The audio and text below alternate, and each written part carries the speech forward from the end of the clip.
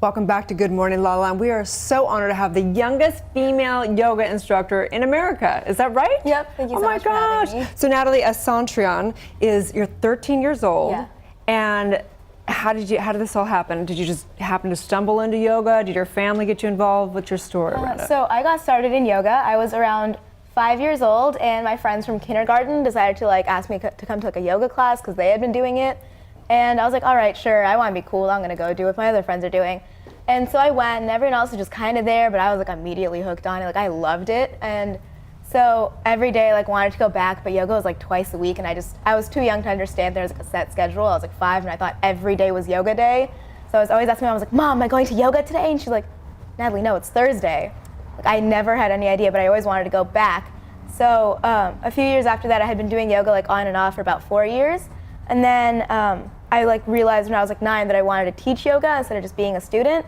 And so my mom, her being supportive mom she is, she's like, yeah, sure, totally, you can be whatever you want when you grow up. And incorrect, no, now, I want to become a yoga teacher now. So she started looking for places to certify me, and for some reason we thought it was going to be easier than it was to actually find someone that would say yes. So it was about 3 years of people calling and saying, no, you can't certify you. And every time my mom would be like, Natalie, they said no again. I was like, oh, well, that sucks. We haven't found the right person to keep calling. So 3 years later, we finally got our first yes. And so I took a 200-hour training class. I did a lot of hard work. I was in a room with 10 other adults, and they were all amazing human beings. We all became family, spending 200 hours in one room together.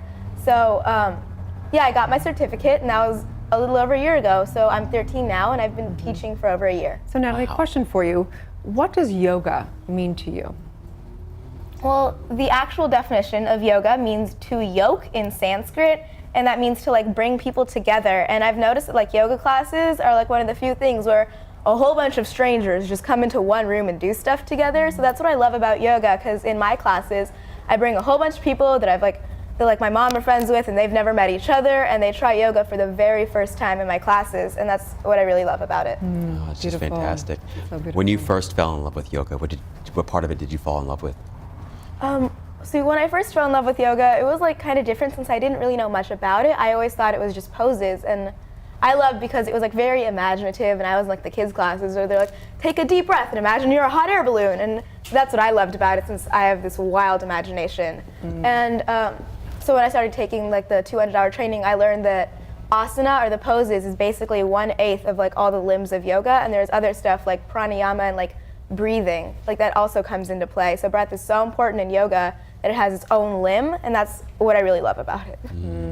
I love that. One of my favorite spiritual teachers, Ramana Maharshi, somebody asked him, hey, when we meditate, what asana should we take? And he said, the only asana is the one within, right? And so much about peace, really, just about being at peace. So have you discovered through yoga that you're more at peace? What have you discovered? What have been the benefits of your yoga practice? There are so many benefits of yoga, but peace is definitely one of them, since I'm always on stage a lot, for singing and acting and dancing. And so I've learned the breathing, it always brings peace and calmness to my mind before I go on stage. So that has definitely affected me. So amazing. What have you learned about yourself in this 200-hour training? You're working at 13. You have this title, America's youngest female yoga instructor. I mean, that's a lot of responsibility. Yeah. So I have learned a lot about myself.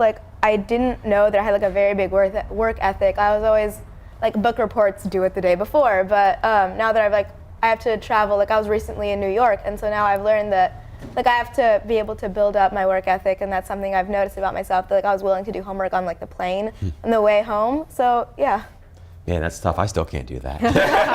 All I want to do is sleep on the plane.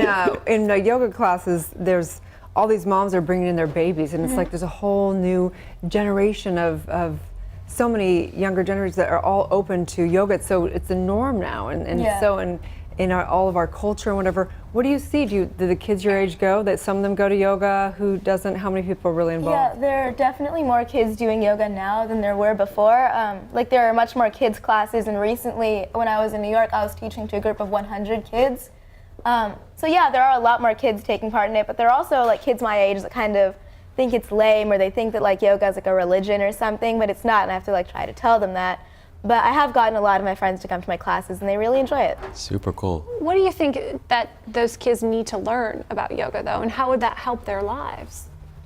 All those kids are like the ones that are always very loud and like always playing football and like a whole bunch of sports and stuff. So I feel like if they actually paid attention to yoga, then it would be able to calm them and like bring their focus back to their breath, since like the breath can totally take control of your mood. If you learn how to control your breath, you can control almost every aspect of your life by being able to calm yourself down in certain situations. So when those kids get super angry, instead of starting fights, they can like focus on their breath and then they'll calm down. Or like right before a test, they get like all like panicky, and if they focus on their breath, they'll know that it's gonna be okay. They just sit there, take their test, and they'll be fine. So many adults don't even know that. I know. I have a hard time thinking about that. Sometimes I'll get super mad, and then the breath is an afterthought, and I think, Yeah. okay, just breathe. Take these 5 breaths, and it does work. I wish I would have known that at 13. Would have saved a lot of time and heartache. So fun. So where do you teach? Where can people find you online and in person?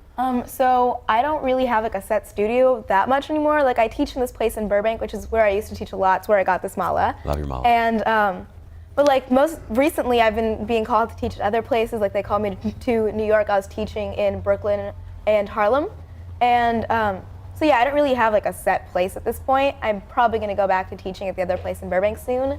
And online, people can find me at Natalie Asatryan for Facebook, Instagram, and Twitter. And my website is, wow. I don't know, it's like yoga with Just Natalie, breathe. I'm pretty sure. Yeah, just breathe. You just breathe. You just sit here, breathe, you'll be fine. Well, you're Yoga also Natalie, yeah. you're involved in a lot of nonprofits with Yeah. the Red Cross and Unstoppable. Can you tell us about your partnerships with them? Yeah, so I have this partnership with the Unstoppable Foundation, and they're this amazing foundation. I always say my foundation, it's not. I just work so closely with them that like I just think that they are. So if I keep saying my foundation, it's not. Just heads up. So yeah, they go out and they like provide food and shelter in school in like rural villages in Africa. So I'm currently partnered with them, and I'm building a school in Kenya with all the funds I raised from my yoga classes. Wow. Yes, you're building a school in Kenya. Yeah, just that. Yeah, just that. Wow, that is incredible. Thank you. What sparked the idea to start a school in Kenya? So to be honest, that wasn't my first idea. Like my mom had started, I was like 8, and she's like, we're gonna start building a school. And I was like, Yeah. are we like getting a hammer? Like I had no idea what she was talking about. But a few years later, when I started teaching and I wanted to support a charity, I realized like my passion for education and for kids around the world, and we decided to bring the Unstoppable back into like our daily lives. Oh, I love it. So are there any there's kind of two things going on for me. One, I'm like so inspired by everything you're up to, and the other part of me is like, is this like part of our culture is so driven to have such production and whatever, and you're up to so many things. Do you ever feel like sometimes you're like, oh, this is a little much, and how do the other kids relate to you? Because a lot of them probably aren't up to all these things. So how do you find your time for your friends and for that aspect? I mean, I totally enjoy what I'm doing. Like, don't get me wrong. Like, I do feel stressed sometimes. Like, it is a lot, but I remember, like, the whole thing is the breathing. So I always come back to that. And, I mean, yeah, I don't really have time to, like, go to parties every weekend. Like, I've missed so many birthday parties because I've been, like, teaching or at, like, charity events. But, like, all my really close friends understand how important this is to me, and they're completely okay with it. And, like, I still do get to see my friends. It's not like my social life is completely dead. So yeah, I'm out there. I have friends. I go to parties a lot, just not as much as other kids. What people or teachers have inspired you the most? So my biggest inspiration has to be my mom. She is the most amazing, independent woman. She's taught me to be who I am today. Like she's taught me how to be super grateful. Like the reason I'm super positive and optimistic is because of my mom. Because every morning on the way to school, for as long as I can remember, in the car we like take turns alternating saying things we're grateful for until we like get to school. So it's like this really long list of love everything that. we're grateful for. And so yeah, that's one of the main things that's inspired me. And the other thing that's hugely inspired me is this 100-year-old yoga teacher. Her name is Tao Pershawn Lynch. She's based in New York. And she really inspired me because, as I always say, that yoga is for any age, and people usually think that that's only for kids, but me and her show both ends of like the spectrum. Age is not a limit for yoga at all. She's 100, still teaching, still practicing, doing headstands, and a lot of things I can't do. And I also, so I wanted to be like her and inspire younger kids to do that. Such a good point. Yoga is an ageless, timeless experience, isn't it? Yeah. Practice. Love that. Thank you so much. So Thank you appreciate so it. much Thank you for so all much, your guys. work. Namaste. Namaste. Yeah. Namaste. Stay tuned. We'll be back with more on Good Morning La La Land.